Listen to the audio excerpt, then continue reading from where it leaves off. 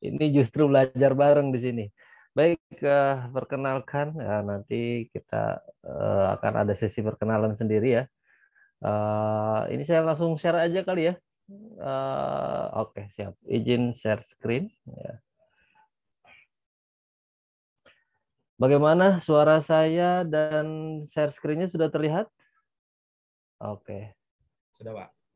ya baik. Oke. Teman-teman, boleh tahu apakah di layar sudah muncul slide PPT-nya? Boleh ditulis di kolom chat. Saya justru pengen interaksi ya. Kalau cuma saya satu arah kayaknya gimana gitu. Terima kasih Pak Patrick, Pak Lupi. Oke, Pak Anar. Masya Allah luar biasa ya teman-teman kita pada semangat ini. Baru dipancing dikit aja udah langsung nyantol. Alhamdulillah. Baik teman-teman, kita hari ini dalam waktu tadi menurut peraturan saya waktunya menjelaskan hanya 60 menit ya. Insya Allah dalam waktu 60 menit ini kita akan sharing bareng-bareng belajar mengenai pengetahuan dasar ISO 22000 versi 2018 dan HACCP. Kemudian nanti bagaimana sih kompetensi yang dibutuhkan untuk menjadi seorang food safety gitu ya. Dan mudah-mudahan ini nanti bermanfaat untuk teman semua. Kita mulai dengan mengucapkan basmalah ya. Bismillahirrahmanirrahim. Baik, tak kenal maka tak sayang. Maka izinkan perkenalkan nama saya Wawan Somala ya. Alhamdulillah saya diamanahi untuk menjadi dosen eksternal ya di Unsri. Kemudian saya juga sebagai food auditor ya, food safety management system auditor ya, untuk beberapa standar ada HACCP, ISO 22000, FSSC 22000, BRC, kemudian BAP, kemudian banyak lagi. Kalau disebutin banyak, kalau di food safety management system banyak sekali standarnya ya gitu. Kemudian sebelumnya saya pernah jadi editor, kemudian jadi di beberapa kerja di beberapa perusahaan gitu ya. Kalau sekarang nggak di sini. Kalau pendidikan, alhamdulillah saya lulusan dari Teknologi Hasil Perikanan IPB. Yuk kita kenalan. Tolong ditulis di kolom chat ya.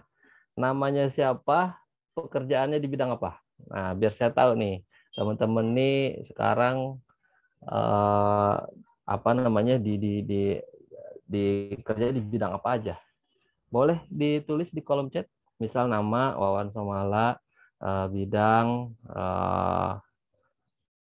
Lupi, nggak usah tulis nama.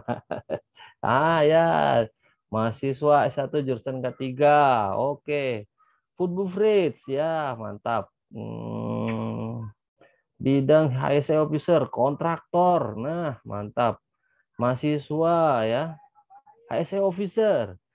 HSE food industry. Nah, ini luar biasa nih, food industry. Oke. Wah, mineral kontraktor. HSE ya, honorer. Wah, honorer semoga segera diangkat ya honorernya dinas peternakan. Dari Mimika, Masya Allah, Pak Patrick Latu. Wah, luar biasa ya informasinya. Inilah kelebihannya Zoom ya. Kelebihannya Zoom dalam satu waktu sedunia kita bisa ngumpul di sini ya. Luar biasa. Oke.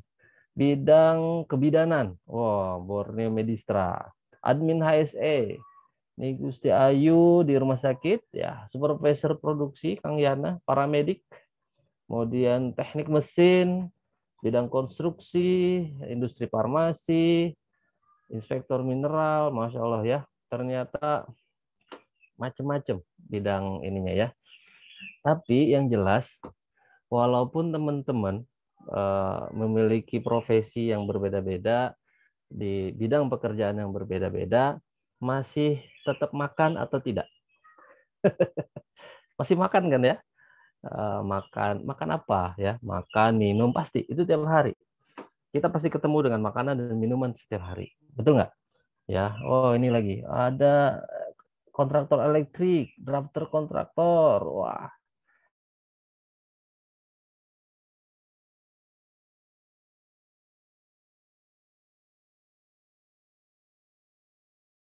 bekerja Dan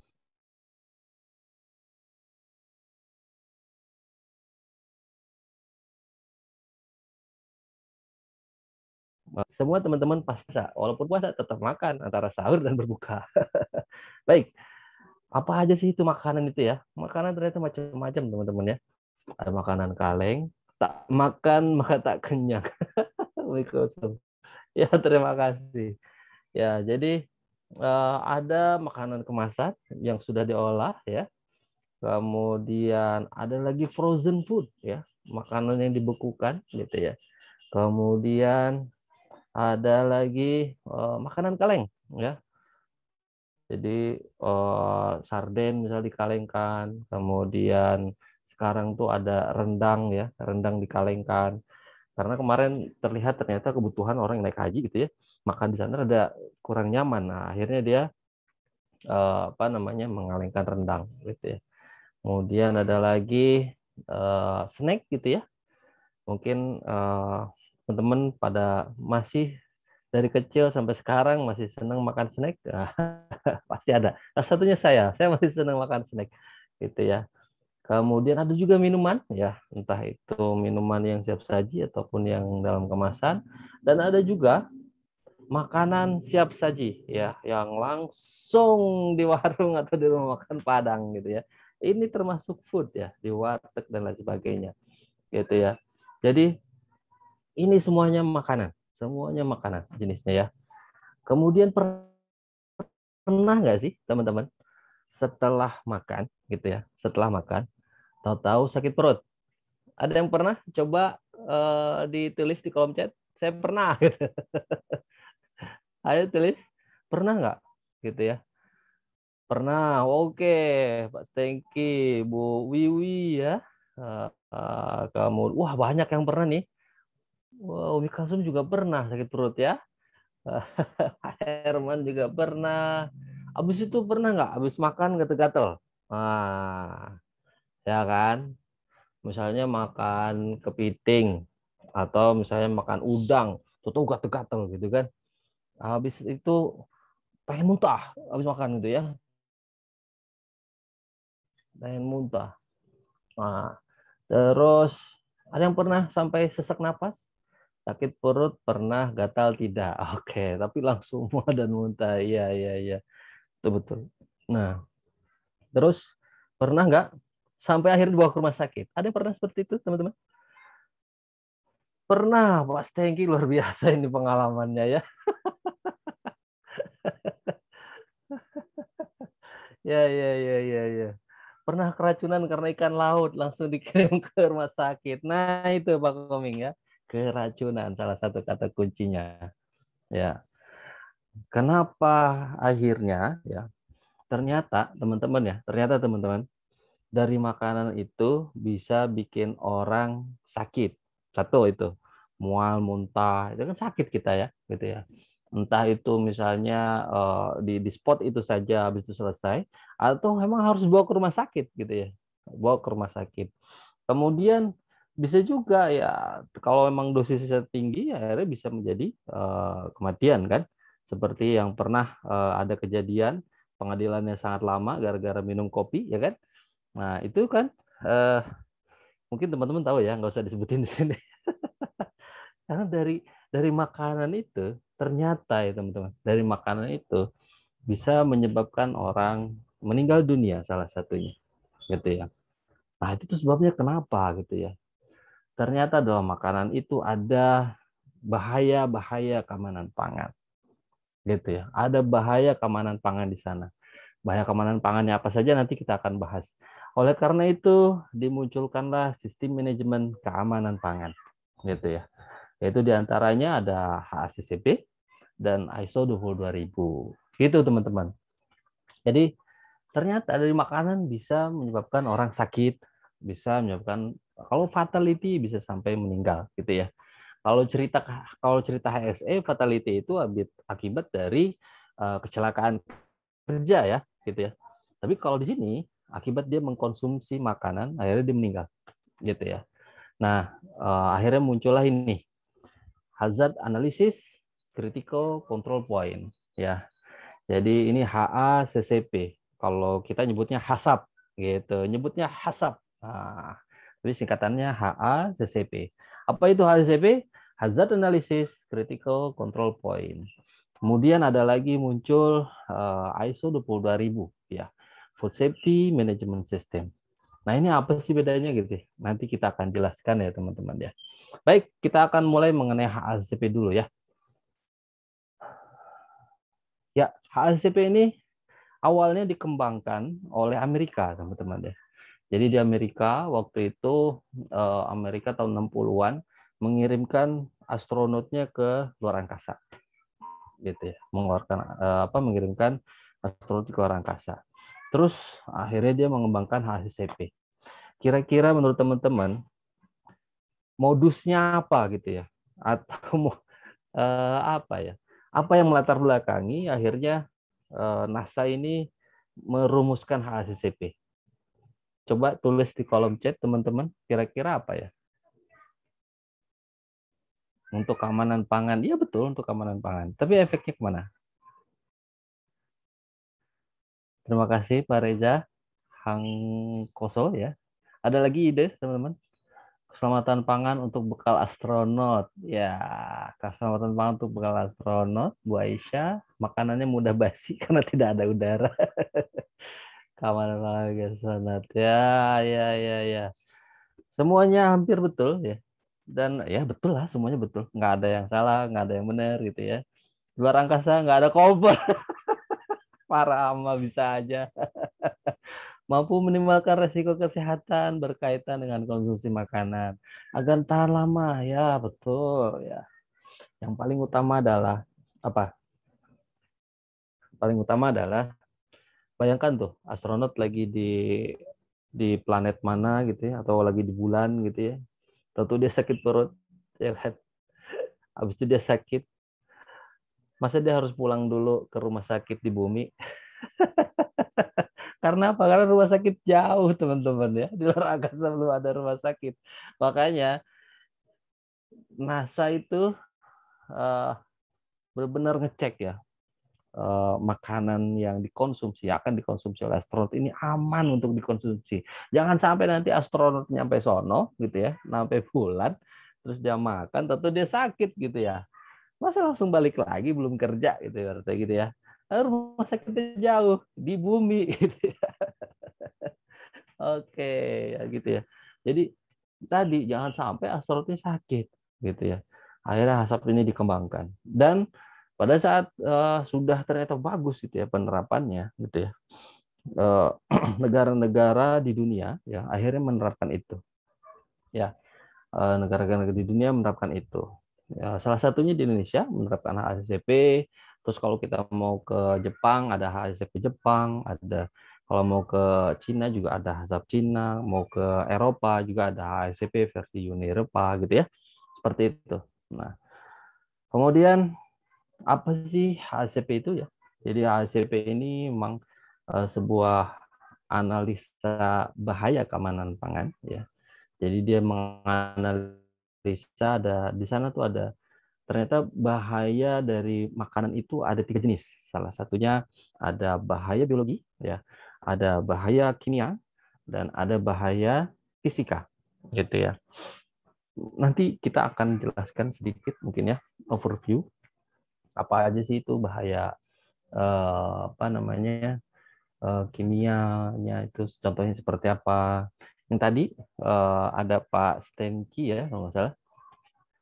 Beliau menulis gatal-gatal dan sesak pada saat saya makan ikan laut. Nah, gitu ya. Sampai ke rumah sakit katanya gitu ya. Nah, itu ada apa di sana? Nanti kita coba sedikit bahas ya, gitu. Jadi ada bahaya biologi, ada bahaya kimia yang dari makanan tersebut ya.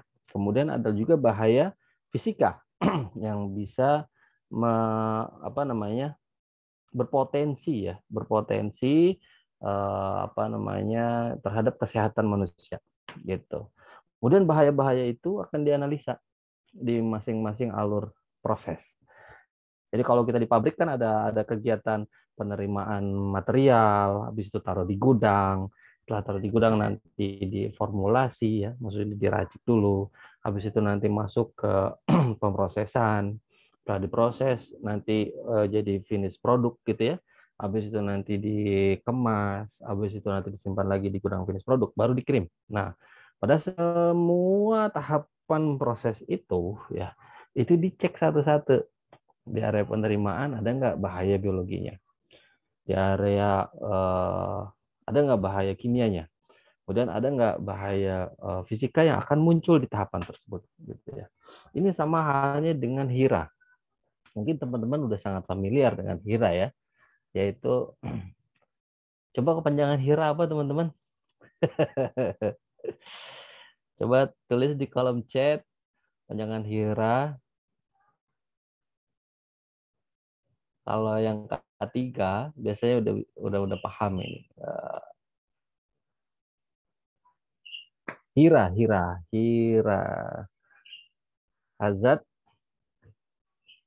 eh, hazard identification dan risk assessment. Yes, that's right ya. Ini Pak Denny ada hadiah nggak yang jawabannya benar? Biar pada semangat. Betul ya. Pak Rama, wah langsung gercep Pak Rama. Pak Patrick, kemudian Pak Stinky, yes. Betul, betul. Ya, jadi HIRA itu Hazard Identification and Risk Assessment. HACCP sama, hampir sama dengan HIRA ya. Hampir sama. Jadi dia menganalisa potensi bahaya dari pangan ya yang bisa mengakibatkan berpotensi ke kesehatan manusia. Gitu ya. Jadi setiap tahapan dicek itu bahaya biologinya apa sih, gitu ya. Bahaya kimianya apa sih?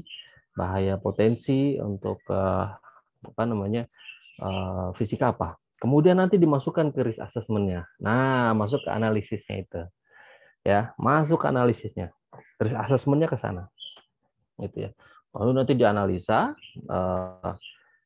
keparahannya bagaimana, gitu ya. Bahaya ini apakah bisa langsung menyebabkan kematian, gitu ya, atau misalnya hanya masuk sampai ke rumah sakit, atau cukup diobati di situ saja, gitu. Jadi orangnya nggak perlu dirawat, tapi udah langsung beres, gitu. Nah, itu maksudnya ke severity. Kemudian nanti probability-nya dicek. Kemungkinan munculnya bahaya itu bagaimana, gitu ya. Seperti itu. Nah, setelah itu nanti muncul, wah ini signifikan. Kalau dia bahaya signifikan, maka masuk ke tahapan berikutnya untuk menentukan critical control point-nya. Jadi di tahapan mana yang memang benar-benar kritis harus kita jagain dan sampai bahaya keamanan pangan ini muncul, gitu ya. Nah, nanti ada mekanismenya, ada namanya pakai decision tree, ada 5 pertanyaan ya. Dari 5 pertanyaan itu nanti yes no yes no yes no dan akhirnya ketemunya antara dia CCP atau bukan. Kalau dia CCP, maka langsung tuh ditentukan batasannya berapa sih, dia masih boleh atau tidak gitu ya. Nah, di tahapan proses itu ya. Kemudian dari sana baru nanti udah tentukan batas kritisnya, baru nanti bagaimana cara kita menghandle ya, maksudnya mengontrol bahaya ini supaya tidak muncul. Monitoringnya seperti apa? Setelah monitoring bagaimana, terus nanti diverifikasi oleh siapa, kemudian nanti dicatat di prosedur apa atau di form apa, gitu ya. Jadi konsep HACCP ini hampir sama dengan HIRA, gitu. Pak Rama, nanti langsung kontak panitia ya Pak Rama ya. Oke, ya.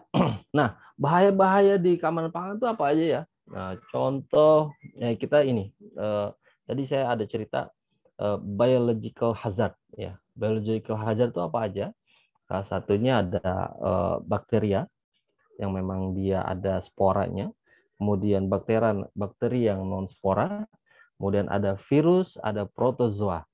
Dan ini contoh-contoh nama-nama bakterinya yang bisa nanti menjadikan penyakit gitu ya. Contoh Clostridium botulinum itu yang paling kiri atas gitu ya, paling kiri atas. Clostridium botulinum itu ada bakteri yang tahan panas gitu ya, dan dia bisa hidup di makanan kaleng gitu ya teman-teman. Kalau misalnya Clostridium ini ada satu atau dua saja gitu di makanan kita gitu ya, kita udah langsung sesak napas dan bisa menyebabkan kematian. Makanya ada proses sterilisasi ya, pemanasan ya, pemanasan tingkat tinggi gitu ya, sehingga nanti si bakteri ini mati gitu. Dan seperti itu ya. Clostridium perfringens Bacillus cereus itu biasanya ada di roti. Kemudian sampai bawah banyak ya. Ada lagi salmonella mungkin karena di daerah tropis seperti kita ini banyak sekali salmonella. Efeknya apa? Kalau ada salmonella di makanan kita langsung panas dingin teman-teman. Contohnya apa? Penyakit tipes. Nah, kalau penyakit tipes itu dia akan cek tuh. Makanya ada cek darah kan. Pada saat kita cek darah, kemudian di situ muncul Salmonella typhi, ya udah itu kena tipes. Gitu ya. Munculnya dari mana Salmonella ini? Dari makanan, teman-teman. Kalau makan teman-teman makanannya jorok gitu ya, tempatnya jorok, nggak jelas cuci tangan apa kagak gitu orangnya gitu ya, kurang hygiene. Ini potensi Salmonella muncul. Kemudian ada lagi misalnya apa ya di sini?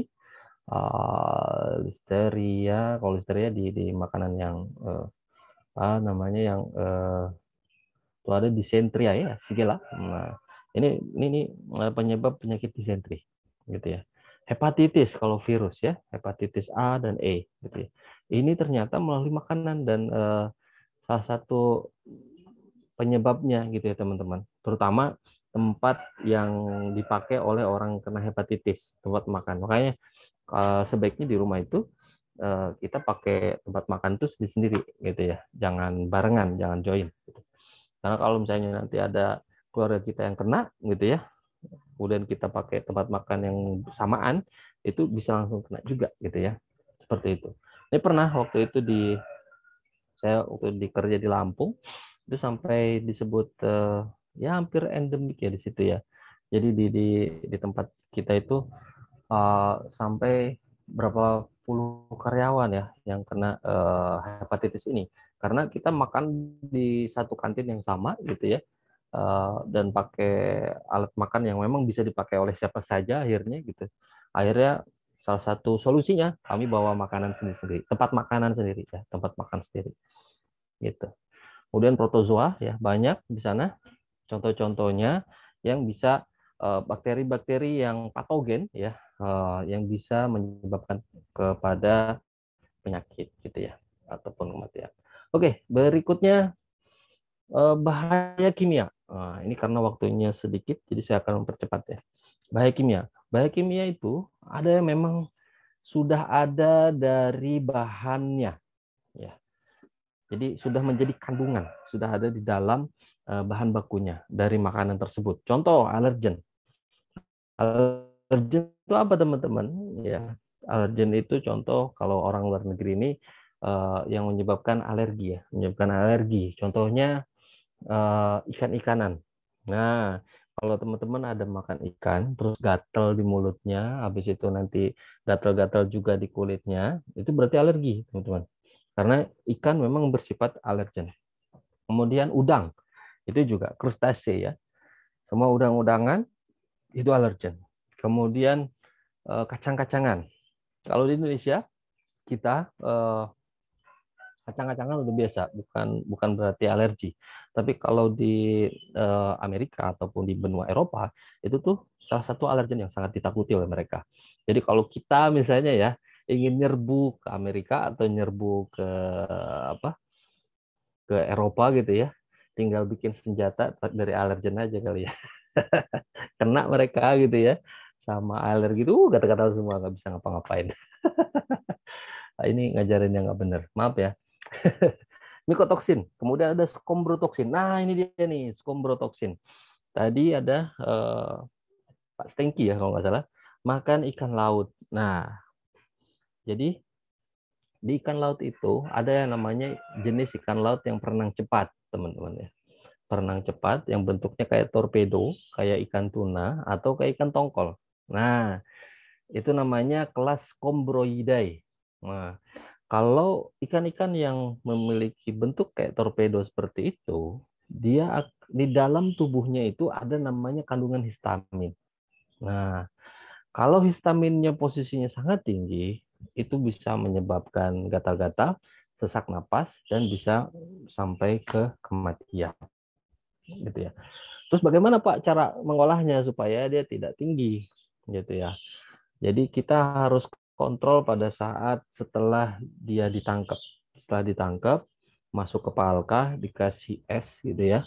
Kemudian selama proses dari kapal sampai masuk ke penggorengan, itu suhu ikannya tidak boleh lebih dari 5 derajat Celcius, teman-teman. Karena kalau lebih dari 5 derajat Celcius, udah deh, histamina otomatis naik ya, naik terus-terusan. Kalau dia suhu ikannya itu panas, gitu ya. Jadi teman-teman hati-hati kalau misalnya nanti suka makan tongkol gitu ya, suka makan ikan tuna gitu ya, yang bentuknya kayak torpedo pokoknya. Cek dulu suhunya sebelum teman-teman beli, gitu ya. Cek dulu suhu suhu ikannya, atau nggak diraba aja, dingin atau tidak. Kalau misalnya anget gitu, jangan dibeli teman-teman, gitu ya. Terus eh, indikator awal, misalnya kita udah beli di warung, gitu ya. Terus kita makan, di lidah kita udah langsung gatal, udah berhenti aja, stop, jangan diterusin. Artinya itu histaminnya udah sangat tinggi teman-teman ya. Itu salah satu kuncinya ya. Sigotoksin itu ada di Kepulauan Sigotera ya. Ini saya mungkin tidak akan jelaskan satu-satu ya. Kemudian ada lagi bahan kimia yang memang ditambahkan. Contohnya ini agricultural chemical, misalnya gitu ya.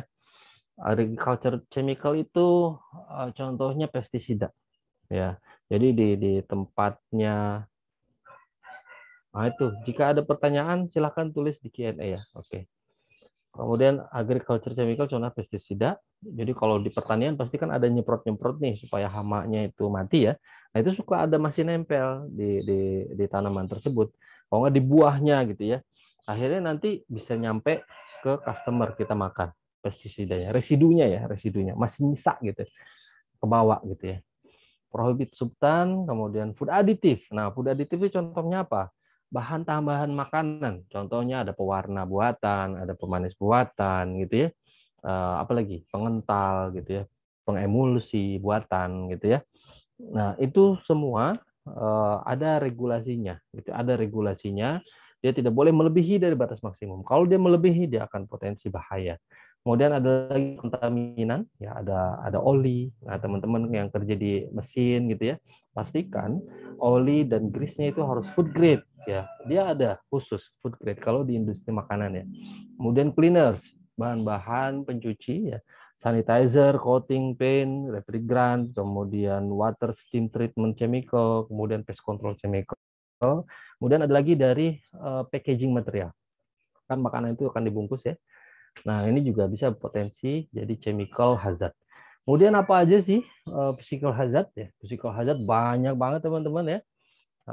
Mulai dari packagingnya, dari produknya, dari tempat kerjanya, dari orangnya, dari orang ya, orang pengolahan yang kita lakukan apa namanya proses. Contohnya apa? Ada rambut gitu ya, ada kancing gitu ya.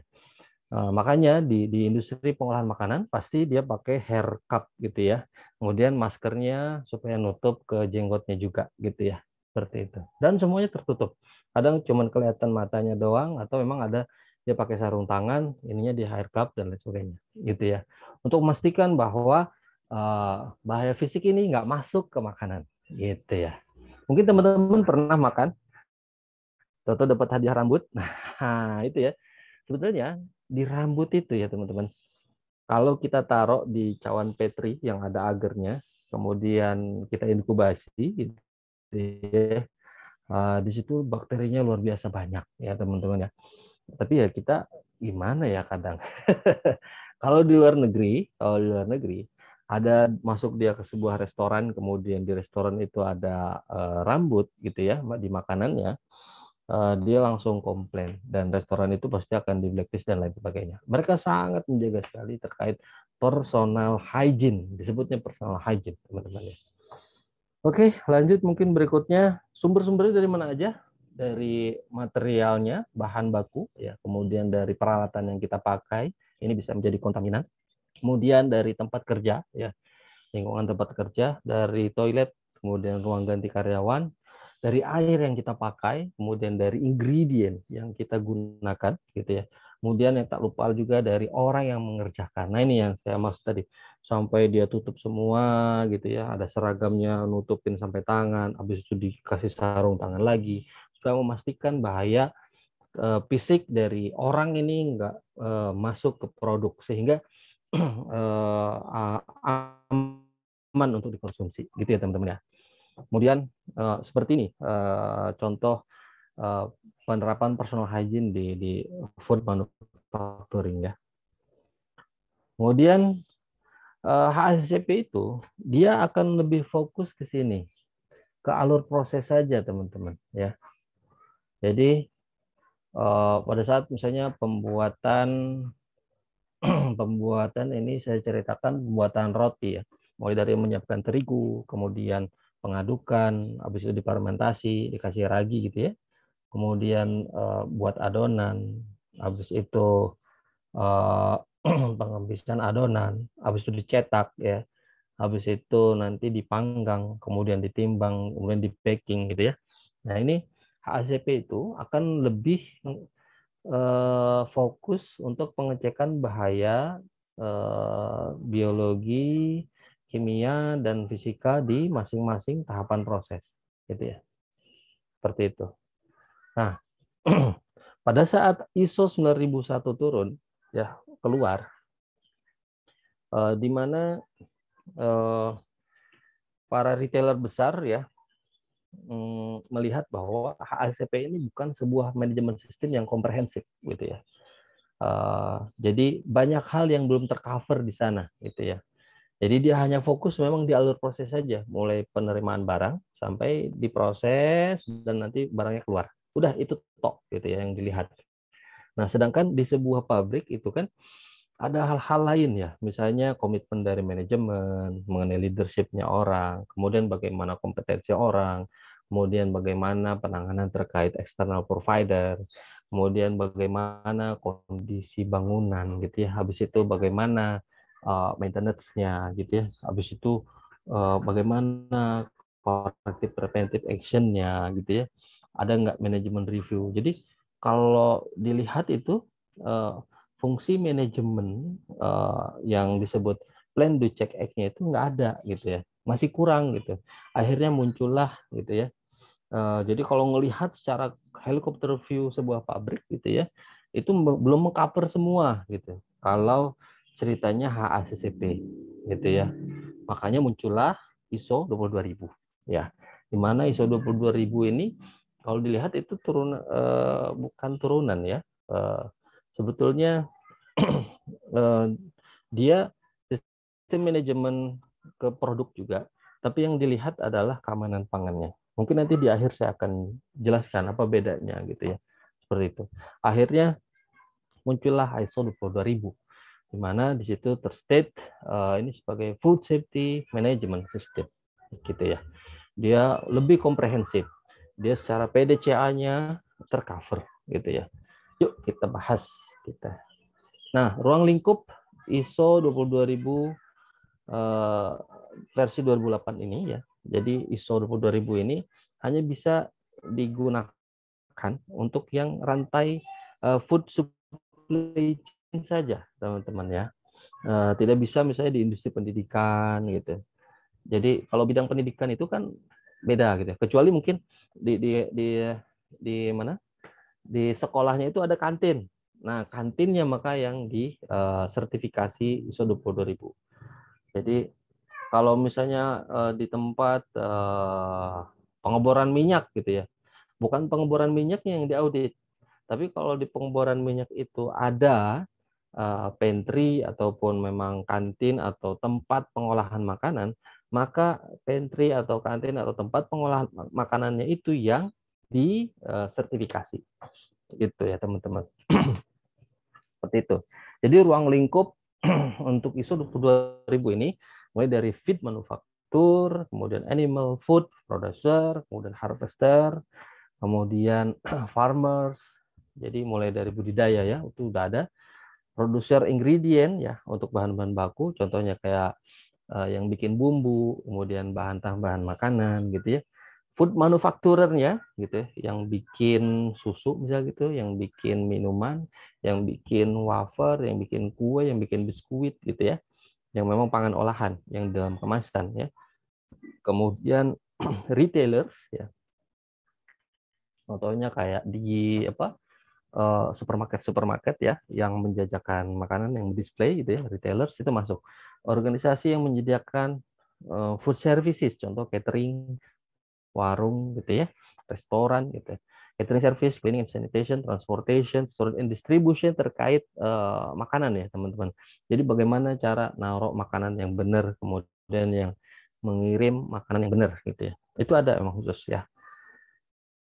Jadi ruang lingkupnya ini lebih kecil dibandingkan ISO 9001 karena dia lebih ke food supply chain gitu ya. Seperti itu. Oke. Nah, mungkin akan ada perbedaan antara versi lama dengan yang versi baru ya. Di mana sekarang yang versi lama itu ISO 22000 versi 2005.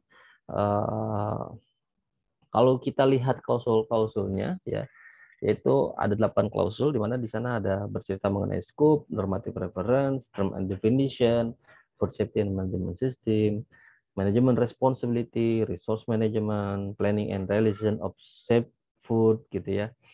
Kemudian validasi, verifikasi dan improvement. Nah, kalau sekarang itu mengikuti high level structure. Jadi sama halnya dengan ISO 9001. Jadi pada saat ISO 9001 berubah, maka ISO 22000 juga berubah dia. Kan ISO 9001 berubah atau direvisi pada tahun 2015 ya, teman-teman. Nah, akhirnya ISO 22000 juga terjadi perubahan. Nah, perubahannya di 2018 gitu ya. Dan dia mengikuti judul-judulnya gitu ya, mengikuti high level structure, yaitu ada 10 klausul ya, ada 10 klausul di mana ada scope, normative reference, term and definition, context of organization, leadership, planning, support, operation, performance evaluation, dan improvement. Mungkin teman-teman yang sudah mempelajari ISO 45000 ya, klausul besarnya kata-katanya sama seperti ini. Betul tidak? Ya, coba teman-teman tulis atau baca lagi yang 45000 mengenai health and safety gitu ya. Klausul utamanya sama persis tulisannya. Scope, normative reference, term and definition, context of organization, leadership, planning, support, kemudian operation, performance evaluation, dan improvement. Kenapa ini disebut high level structure? Karena ranah PDCA-nya itu udah langsung terlihat dengan jelas dibandingkan dengan yang sebelumnya ya. Contoh nih, ini sampai sini ini adalah ranahnya plan. Ya, di klausul 4 sampai klausul 7 itu ranahnya plan. Kemudian klausul 8 ini ranahnya do ya. Kemudian klausul 9 ini ranahnya check, dan improvement ini ranahnya act. PDCA. Nah, udah langsung terlihat. Kalau kita ngelihat di sini, ini masih bingung nih. Mana yang plan, mana yang do, mana yang act. Ini masih bingung. Kalau dari judul-judulnya saja. Nah, ini yang disebut high level structure. Memudahkan kita melihat ranah-ranah PDCA-nya. Salah satunya itu.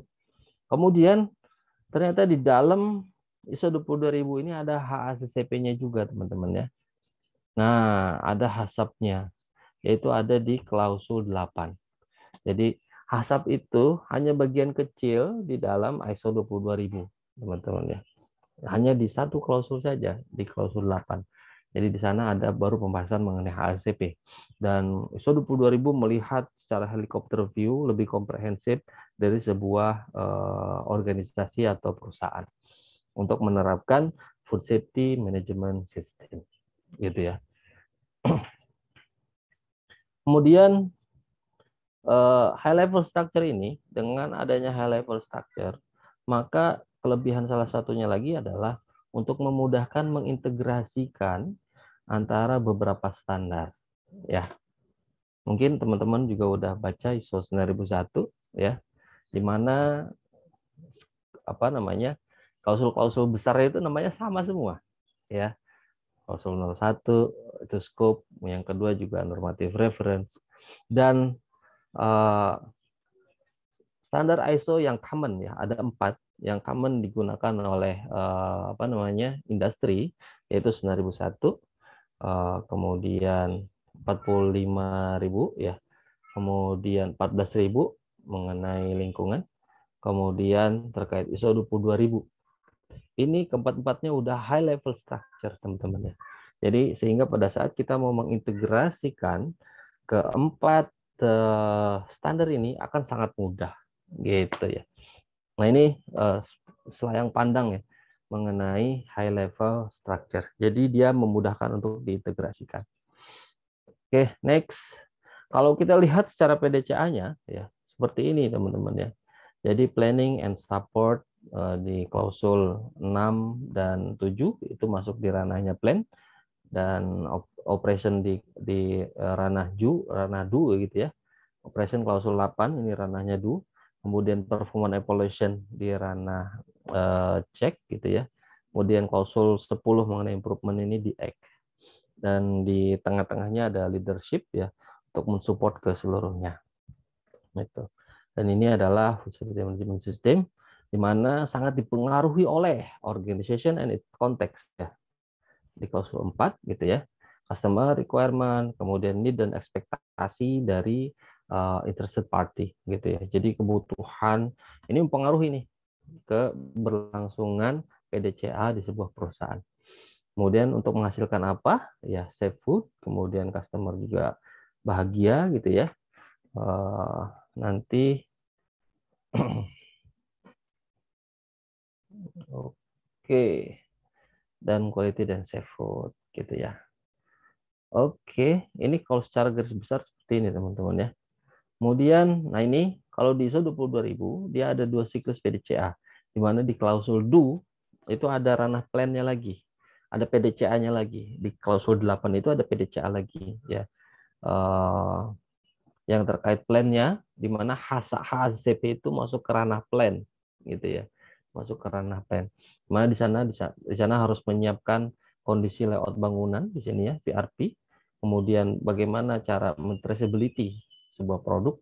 Kemudian bagaimana kalau kondisi emergensi. Nah, ini teman-teman. Nanti teman-teman kan banyak di sini K3 ya.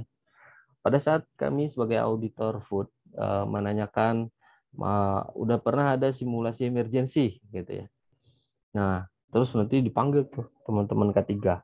Udah Pak, kami udah melakukan di tanggal 1 Agustus kami simulasi kebakaran. Contohnya gitu ya, simulasi kebakaran. Oh, ganti deh. Simulasi gempa bumi misalnya gitu ya. Simulasi gempa bumi. Nah, ini laporannya Pak. Alhamdulillah efektif cuman 1 jam gitu ya. Kemudian orang semuanya selamat Pak gitu. Nah, kalau saya sebagai food auditor, saya nggak ngelihat orang-orang itu. Jahat amat sih Pak gitu ya. Nggak ngelihat ke sana. Kami food auditor ngelihatnya adalah ngelihat ke produk, teman-teman. Ya, produk yang ada di line, ya, yang ada di line pada saat kejadian gempa, misalnya dia kena ketindihan oleh bahan bangunan, gitu ya. Produk-produk yang ada di line itu atau yang ada di dalam mesin, gitu ya, yang terkena imbas dari kejadian emergensi itu diapain, gitu. Bagaimana penanganannya terkait produk tersebut, gitu ya. Jadi itu yang menjadi fokus kami sebagai food auditor. Dan teman-teman juga nanti kalau memang bekerja di area food manufacturing, yang dilihat adalah produknya, gitu ya. Jadi setelah kejadian itu nanti langsung diinvestigasi produknya bagaimana nih, masih ada yang bisa diselamatin atau tidak, masih layak untuk dikonsumsi atau tidak. Kalau nggak layak ya udah langsung dimusnahin, gitu. Dan itu yang dilaporkan untuk emergency preparedness ini, gitu ya teman-teman ya. Jadi bukan ngelihat ke orangnya selamat sekian, enggak gitu ya. Yang kami lihat adalah produk yang ada di pabrik gitu ya, yang terkena imbas atau dampak dari kejadian emergensi, gitu. Itu yang kami lihat. Itu diapain gitu ya. Nah, apakah ada penanganan khusus gitu ya? atau misalnya pada masih layak semua, atau memang udah nggak layak, udah dimusnahkan. Kalau memang dimusnahkan harus ada evidence-nya tetap seperti itu ya. Kemudian hazard analysis ada di sini, HACCP ya teman-teman ya. Nih sampai ke sini HACCP. Kemudian di sini implementasinya do ya. Kemudian verifikasi ini juga langkah-langkah HACCP sampai updating. Updating ini terkait ke record dan lain-lain. Gitu ya. Seperti itu. Baik, lanjut. Nah, kalau teman-teman kan masih bingung gimana sih penerapannya ya gitu ya, ISO 22000. Nah, ya udah kita contohin deh gitu ya. Kalau misalnya di pabrik pasti kan ada yang mesen. Perusahaan, kita buat perusahaan pasti kan satu karena ada kebutuhan. Orang ada yang mesen makan, misalnya Pas Tengki. Pas Tengki di daerah sana timur banyak ikan gitu ya. Mas Tengki saya order dong gitu ya, ikan beku gitu ya. Ya udah, ikan beku, tuna beku, tolong nanti saya mau beli 1 kontainer misalnya gitu ya.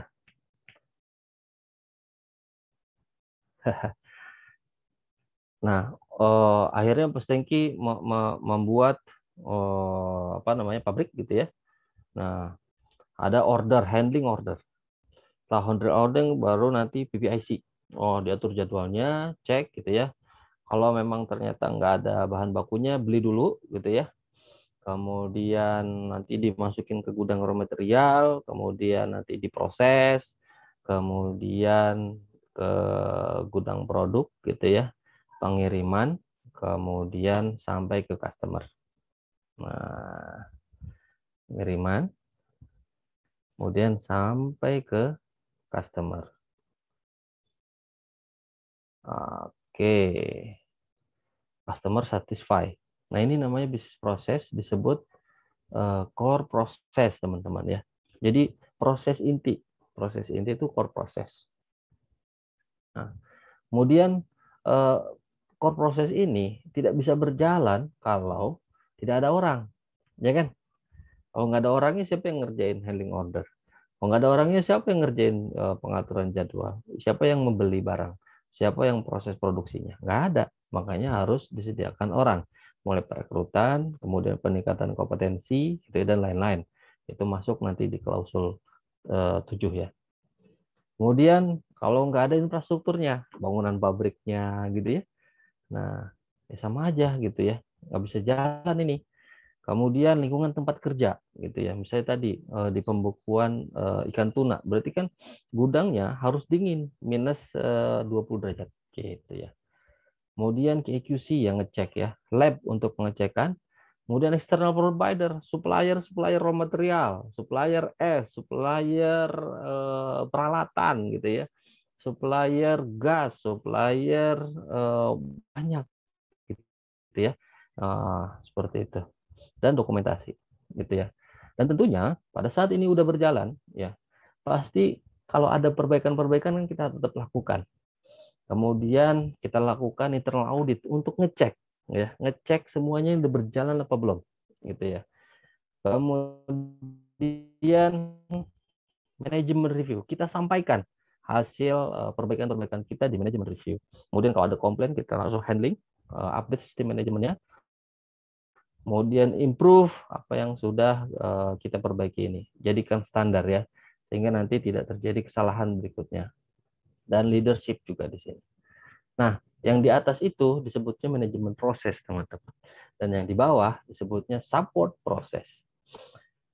Makanya ISO itu bisa diterapkan oleh seluruh karyawan yang ada di pabrik, di seluruh organisasi. Kenapa? Semuanya terkait. Kok bisa, Pak? Iya, gitu ya. Mari kita lihat, teman-teman ya. Kalau secara tidak langsung, di sini ini udah kita menerapkan klausul-klausul yang ada di ISO itu sendiri. Contoh yang bagian support proses. Ini ada di klausul 7, teman-teman. Ini bercerita mengenai kegiatan support. Bagaimana resource, ya, bagaimana infrastruktur, bagaimana lingkungan proses, bagaimana penanganan external provider, gitu ya, dan bagaimana pengendalian dokumen. Kemudian kalau melihat dari sini, core process ini adalah implementasi, berarti ada di operation di klausul 8, teman-teman. Ya. Klausul 8. Nah, ini yang core proses itu klausul 8 pasti ceritanya. Apa yang perlu kita lakukan gitu ya. Kemudian tindakan perbaikan, internal audit, dan manajemen review ya di klausul 9 teman-teman. Performance evaluation. Gitu ya. Kemudian continuous improvement gitu ya. Ini ada di klausul 10 teman-teman. Secara tidak langsung kita belajar juga mengenai ISO di kegiatan proses kita. Jadi pada saat misalnya ada top manajemen bilang, kita akan menerapkan standar ISO 22000. Di dalam benak kita jangan sampai ini menjadi kerjaan tambahan, teman-teman. Kenapa? Karena memang udah tugas kita dan memang itu kerjaannya kita. Ya, benar tidak? Ya.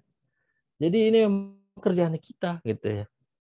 Bukan kerjaan tambahan atau kerjaan wah ini QC nambah-nambahin kerja. Enggak gitu ya. Memang itu kerjaannya kita. Kalau kita udah terbiasa menjalankan gitu ya.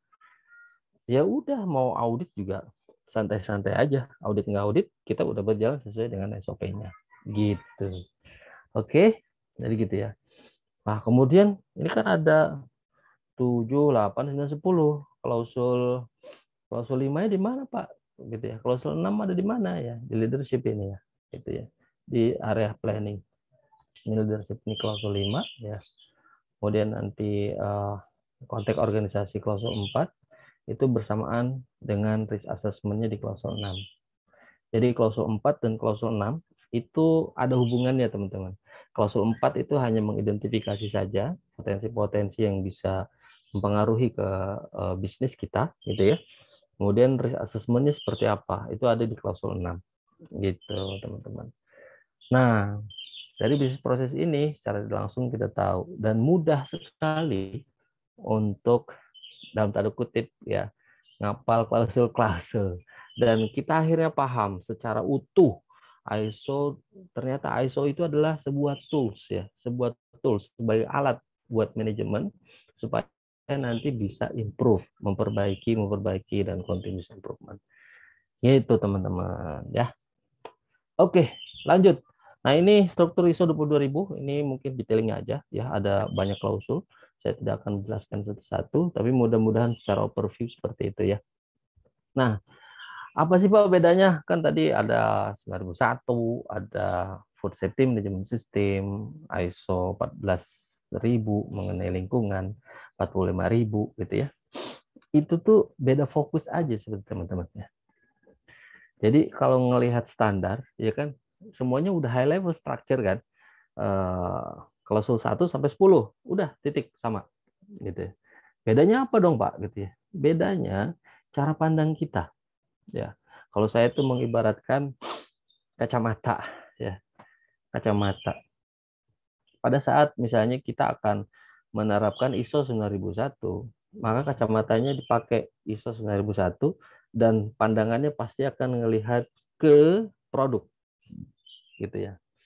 Melihat ke produk, kualitas produk bagaimana?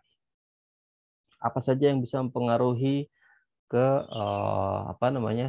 kualitas produk kita ini bisa turun atau masih kita bisa pertahankan. Ya, kacamatanya ke produk. Sama halnya dengan food safety. Ya, kacamatanya ke produk. Jadi ngelihatnya ke produk. Bagaimana caranya kita memproses produksi supaya makanan ini aman untuk dikonsumsi. Gitu ya. Kemudian pada saat kita akan menerapkan 14001, maka kacamatanya melihatnya ke lingkungan tempat kerja. Ke lingkungan di mana kita ada kegiatan proses. Kira-kira lingkungan kita akan tercemari atau tidak? Tercemari dari sisi suara, debu gitu ya, kemudian limbah cair, limbah padat bagaimana gitu ya. Nah, itu yang dilihat. Kemudian dilihat juga regulasi-regulasi yang terkait gitu ya. Pasti ada limbah-limbah yang kita keluarkan dari akibat dari aktivitas kita. Jadi kacamatanya ngelihat ke lingkungan aja kayak Greenpeace banget pokoknya gitu ya. Gitu. Kemudian HSE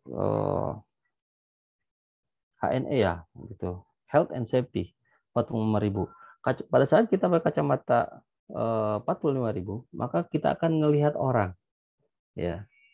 Orang yang bekerja di sana Bagaimana dia pada saat bekerja aman, tidak terpeleset, tidak terjadi kecelakaan, dan tidak sakit, gitu ya. Pada saat dia kerja di laptop atau di meja, gitu ya, dia posisinya aman, nyaman, kemudian tidak menjadi akan dia sakit, gitu ya, atau salah urat dan lain sebagainya, gitu ya. Tidak kedinginan juga, nanti hipotermia dan lain sebagainya, gitu ya, atau dehidrasi, gitu ya.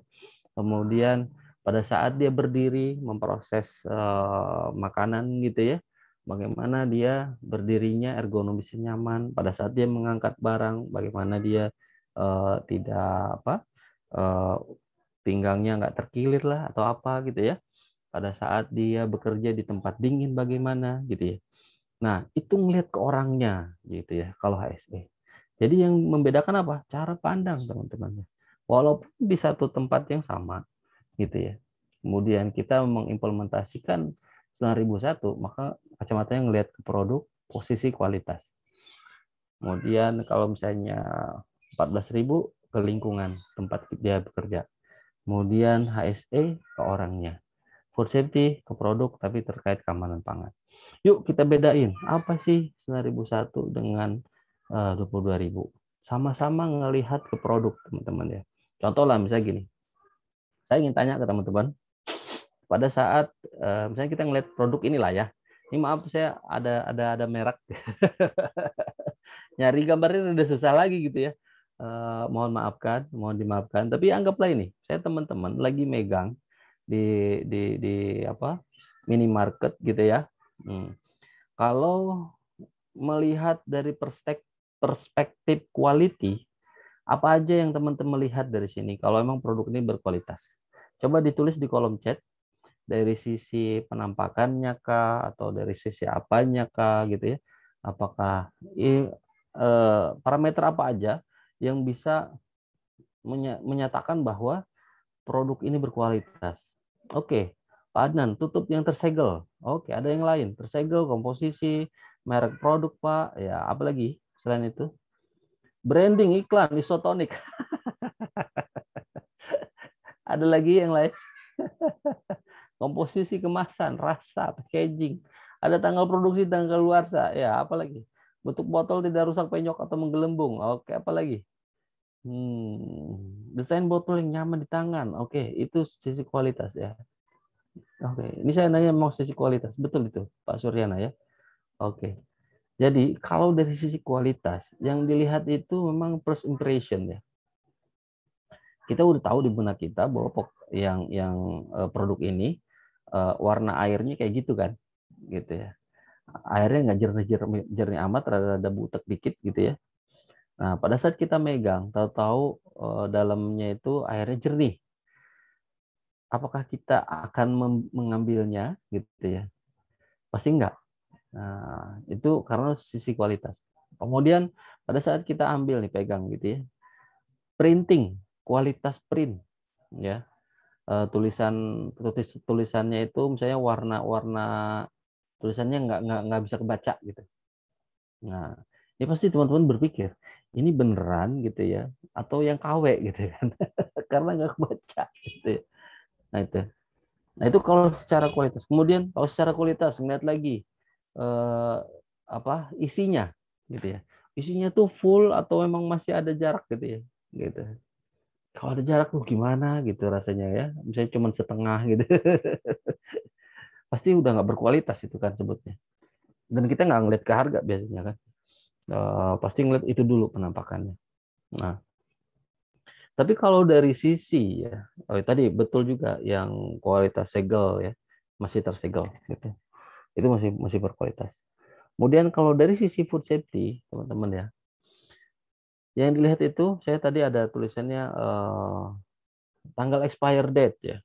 Kalau dari sisi kalau dari sisi food safety, kita benar-benar cek emang ini masih tanggalnya masih udah expire apa belum. Tapi bedanya kalau 9001 ya, dia akan ngelihat tulisan expire date-nya itu bisa dibaca atau tidak. Gitu ya. Tapi kalau food safety benar-benar dia lihat ini udah expired apa belum gitu. Kalau udah expired pasti dia nggak beli.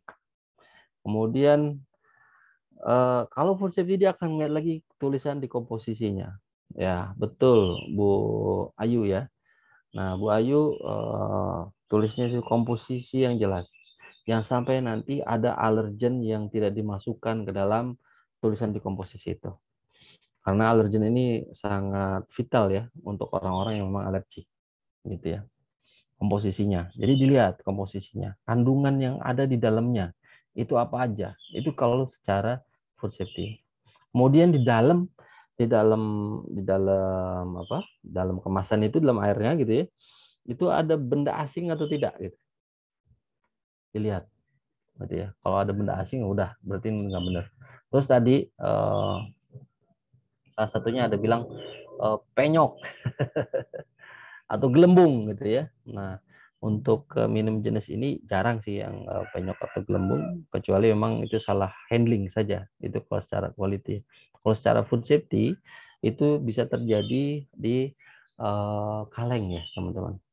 Kalau kaleng gitu ya, disimpan dalam jangka waktu lama, terus dia penyok gitu ya ke dalam, kalau enggak dia gelembung gitu.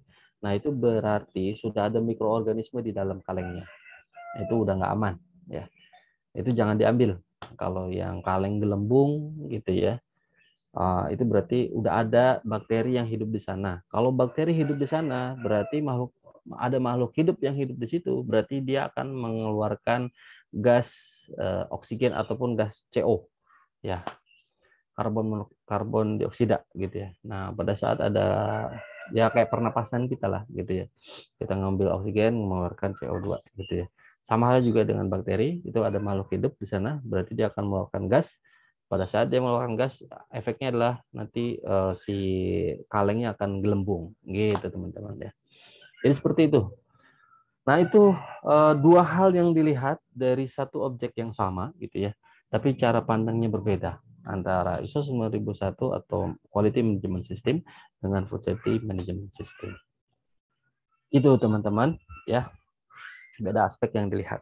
Nah, kompetensi food safety apa aja sih ya? Tetap kalau mengikuti dari ISO ya, itu kompetensi itu akan dilihat dari 3 hal. Yang pertama pendidikan, kemudian pelatihan dan pengalaman kerja ya. Kalau pendidikan rata-rata yang dilihat adalah food technology, kemudian food industry, kemudian teknologi hasil perikanan atau teknologi hasil peternakan dan lain-lain gitu ya. Ini biasanya kalau di background pendidikan ya.